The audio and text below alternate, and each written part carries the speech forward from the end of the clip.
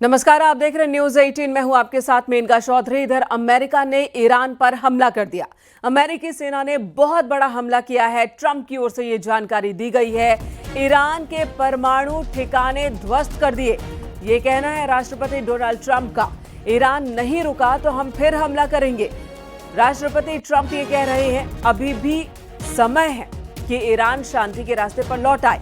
अब शांति का समय है। ईरान 40 साल से धमकी दे रहा था। ट्रंप ये कह रहे हैं कि ईरान 40 साल से धमका रहा था और अब हमने सफल हमला कर दिया। ईरान के 3 परमाणु ठिकानों पर हमले का दावा अमेरिका के राष्ट्रपति डोनाल्ड ट्रंप कर रहे हैं।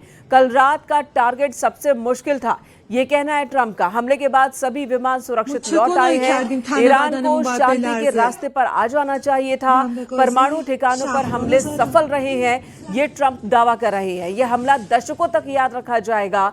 अमेरिकी सेना ने ईरान पर सटीक हमला किया है। और इसी के साथ ये वीडियो जो इस वक्त आप देख रहे हैं, जहां पर आग धधकती हुई नजर आ रही है। दावा है अमेरिका का कि ईरान के जो परमाणु ठिकाने हैं वहां पर सफल हमला किया गया। 3 जगहों पर हमला किया गया और ईरान इस हमले को याद रखेगा, दशकों तक याद रखेगा। बीते 40 साल से ईरान जो कि परमाणु हमले की धमकी दे रहा था, बार बार परमाणु हथियार होने की धमकी दे रहा था, उसे हमने सबक सिखा दिया, ये कहना है डोनाल्ड ट्रंप का। वॉर रूम की तस्वीर भी आपको दिखा रहे हैं। बीते दिनों कई हाई लेवल मीटिंग्स की डोनाल्ड ट्रंप ने अमेरिका के उच्च अधिकारियों के साथ, सैन्य अधिकारियों के साथ, और इस दौरान रणनीति बनाई जा रही थी। इजराइल भी बार बार अमेरिका से डिमांड कर रहा था कि ईरान और इजराइल युद्ध में अमेरिका अब सीधे तौर पर साथ दे, ईरान के खिलाफ लड़ाई में साथ दे और खासकर जो परमाणु ठिकाने हैं इन पर अटैक करे, क्योंकि ईरान में परमाणु ठिकाने जमीन से कई 100 मीटर नीचे थे और वहां पर अटैक करने के लिए अमेरिकी बम का ही इस्तेमाल हो सकता था। Tonight I can report to the world that the strikes were a spectacular military success. Iran's key nuclear enrichment facilities have been completely and totally obliterated.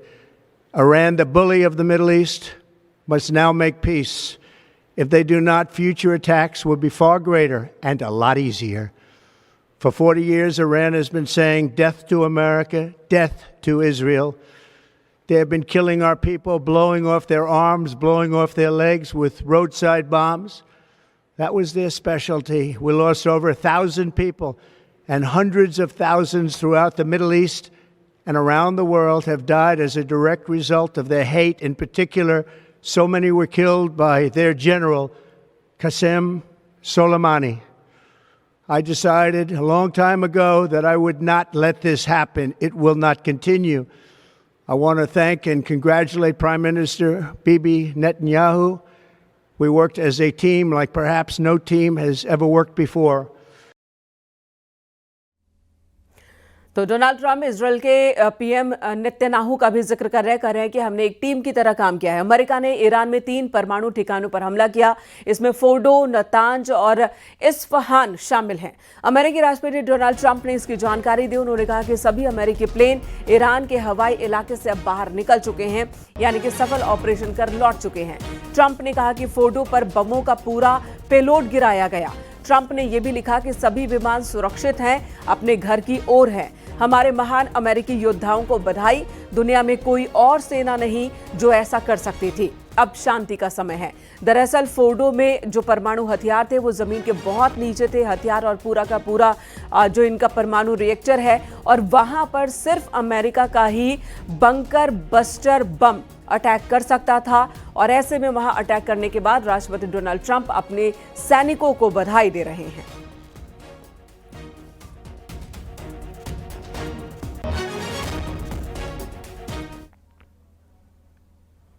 News 18 में युद्ध क्षेत्र पहुंच चुका है। न्यूज 18 संवाददाता रिफत अब्दुल्लाह इजराइल से वहां की ताजा हालात की जानकारी दे रहे हैं।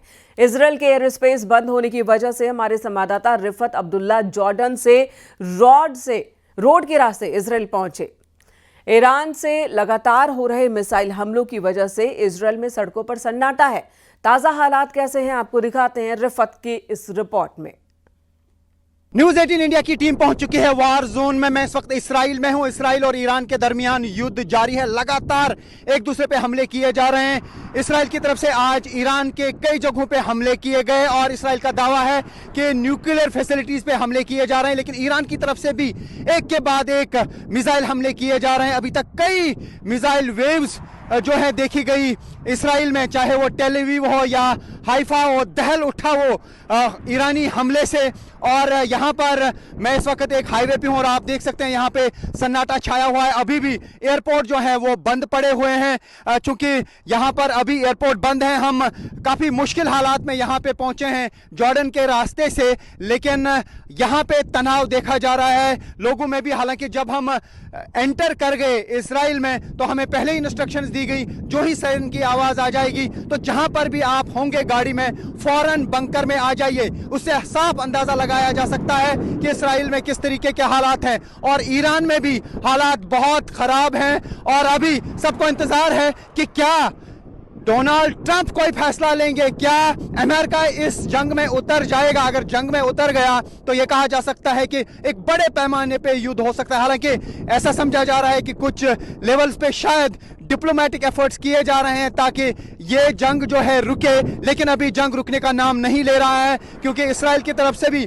हमले किए जा रहे हैं। लेकिन ईरान ने लगातार बैलिस्टिक मिसाइल्स का इस्तेमाल किया, हाइपरसोनिक मिसाइल्स का इस्तेमाल किया और जिस आयरन डोम पे नाज था इसराइल को, आयरन डोम को इवेड करने वाले मिसाइल्स ने इसराइल को चौंका दिया। और इसराइल में इस वक्त हालात ठीक नहीं है। यही वजह है कि अब यहाँ पे लगातार एयरपोर्ट बंद है। हालांकि ईरान में भी एयरपोर्ट बंद है, लेकिन टेल अवीव, हाइफा के साथ साथ कुछ और इलाकों में भी ईरान की तरफ से हमले किए गए। हालांकि जो इसराइल के एक हॉस्पिटल को बहुत ज़्यादा नुकसान पहुंचा। इसराइल का दावा है कि ईरान ने डायरेक्ट हमला उस पर किया, लेकिन ईरान दावा कर रहा है कि वहां पे मिलिट्री बेस थी और मिलिट्री बेस पे हमला किया गया जिसकी वजह से हॉस्पिटल को नुकसान पहुंचा। फिलहाल दोनों मुल्कों के दरमियान तनाव लगातार जारी है और इस तनाव के बीच न्यूज 18 इंडिया की टीम है ग्राउंड जीरो पर, आप तक पहुंचा रही है पल पल की खबर। जुड़े रहे न्यूज 18 इंडिया के साथ। Rifat Abdullah, news 18 India, Israel, middle east. News 18 India की टीम है वार जोन में। जी हां, हम इसराइल में हैं। इसराइल और ईरान के दरमियान युद्ध जारी है। लगातार मिसाइल अटैक किए जा रहे हैं ईरान की तरफ से इसराइल पर और इसराइल की तरफ से भी लगातार हमले किए जा रहे हैं। और इसराइल का दावा है कि वो ईरान में न्यूक्लियर फैसिलिटी पे हमले कर रहे हैं और वो काफ़ी डीप गए हैं उन माउंटेन्स पे जहां पे न्यूक्लियर प्रोग्राम चलाए जा रहे हैं। और जहां तक टेल अवीव या हाइफा की बात है, काफ़ी नुकसान पहुंचा है ईरान के हमलों से। और ईरान ने काफ़ी सारे ऐसे मिसाइल दागे हैं इसराइल पर जिससे इसराइल का आयरन डोम जो है जिसका बहुत ज़्यादा चर्चा था उसको इवेड करके हाइफा को नुकसान पहुंचाया या टेल अवीव दहल उठा मिसाइल के हमलों से। तो अभी एक बड़ा चैलेंज बना हुआ है पूरे मिडल ईस्ट में या ईरान में। हालांकि अब सबकी नज़रें इसी चीज़ पे हैं कि क्या अमेरिका इस युद्ध में उतरेगा। अगर अमेरिका इस युद्ध में उतरता है तो बिल्कुल इस युद्ध का रुख ही बदल सकता है। लेकिन अभी पहले ही व्हाइट हाउस की तरफ से एक स्टेटमेंट जारी किया गया था और बताया गया था कि डोनाल्ड ट्रंप शायद 2 हफ्ते में अपना फैसला सुनाएंगे कि क्या वो इस युद्ध में उतरेंगे या ज़रूरत नहीं पड़ेगी। तो ऐसे में यहाँ पे जिस तरीके के हम हालात देख रहे हैं, मैं आपको बता दूं मैं हाईवे पे चल रहा हूँ चूँकि एयरपोर्ट यहाँ पे लगातार बंद है, हवाई राबता लगातार कटा हुआ है 12 और 13 की रात से ही। क्योंकि जिस तरीके से 12 और 13 जून की रात को इसराइल ने ईरान पर ताबड़तोड़ हमले किए, उसके जवाब में जब ईरान ने लगातार कई बार मिसाइल अटैक किए, पहले तो ज़्यादा इसराइल को नुकसान नहीं हुआ। उसके बाद जब हाइपरसोनिक मिसाइल्स का इस्तेमाल किया ईरान ने तो उससे दहल उठा यहाँ पे हाइफा भी और टेल अवीव भी और भी कुछ एरियाज को नुकसान हुआ। यहाँ का एक हॉस्पिटल जो है उसमें काफ़ी डैमेज हो गया। हालांकि इसराइल का ये कहना है कि हॉस्पिटल पे डायरेक्ट अटैक किया गया, लेकिन ईरान का ये कहना है कि वहाँ पे मिलिट्री इंस्टॉलेशंस थी, आर्मी का एक ये कैंटोनमेंट था, हेडक्वार्टर था, उस पे हमला किया गया। लेकिन फिलहाल दोनों मुल्कों के दरमियान तनाव बहुत ज़्यादा है। दूसरी तरफ से इसराइल की तरफ से गाज़ा पे भी लगातार अटैक्स किए जा रहे हैं। गाज़ा में भी काफ़ी लोगों की अभी तक मौत हुई है। जो रिलीफ के लिए लोग निकलते हैं उनमें से भी काफ़ी लोग मारे गए हैं इसराइली अटैक्स में। तो ये कहा जा सकता है कि मिडल ईस्ट में हालात बहुत ज़्यादा कशीदा हैं। हालांकि ये एक वाहिद हाईवे है जो इस वक्त कनेक्ट करता है इसराइल को, क्योंकि जॉर्डन के ज़रिए इसराइल पहुंचना पड़ता है। हम भी जब यहाँ पे पहुंचे तो बहुत ही मुश्किल सफ़र तय करना पड़ा, क्योंकि डायरेक्ट कनेक्टिविटी नहीं है। और अगर हम जॉर्डन के रास्ते से आते हैं, एक एलन बाई ब्रिज है वो लेकिन 12:30 बजे ही बंद हो जाता है, और रात के 8 बजे तक एक और जगह पे जो है बॉर्डर खुला रहता है। लेकिन काफ़ी डिफ़िकल्ट हो जाता है जो लोग यहाँ पे आते हैं, और यहाँ पे सन्नाटा छाया हुआ है इस हाईवे पे। थोड़ा सा मैं हाईवे की तस्वीर आपको दिखाने की कोशिश करूँगा ताकि जो देश भर से, दुनिया भर से हमारे साथ दर्शक जुड़े हैं उनको यहाँ के हालात का अंदाज़ा हो सके, क्योंकि इसराइल जैसी जगह पे पूरा एयरपोर्ट लगातार बंद होना, उसे आप अंदाज़ा लगा सकते हैं। क्योंकि जिस तरीके से पहले लेबनान पे लगातार अटैक्स हो रहे थे, लेकिन इसराइल के साथ साथ लेबनान में भी हवाई राबिता बंद नहीं हुआ,